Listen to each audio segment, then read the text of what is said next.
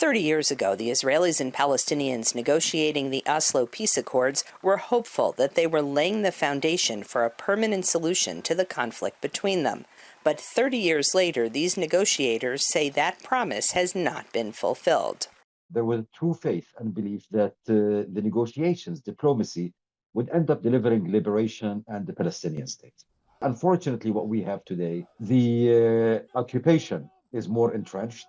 The conflict with the Israelis continues and is bloodier, and the Palestinian leadership is both corrupt and inefficient. So today, Palestinians have really given up hope.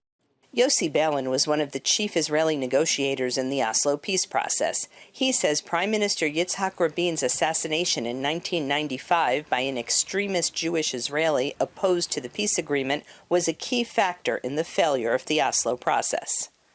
One of the main problems was that we allowed ourselves we exposed ourselves to extremists on both sides, who were ready to do whatever they could, including to sacrifice their life in order to prevent a partition of the land.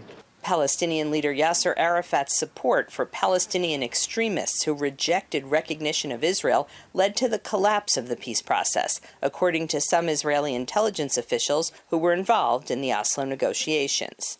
Despite his willingness to go into a negotiating process, he began to play a double game with the terrorist element, and that fairly quickly broke the confidence of the Israeli defense and intelligence establishment in his intentions. Many Palestinians say the Israeli development of West Bank settlements destroyed the chance for any peaceful solution. Settlement building in the West Bank continues to this day. 30 years ago, there were 100,000 Jewish settlers in the West Bank, and today there are 500,000. This agreement did not include, as we demanded when we were in the official delegation in Washington, that there should be complete and total freeze of settlement activities before the agreement would be signed.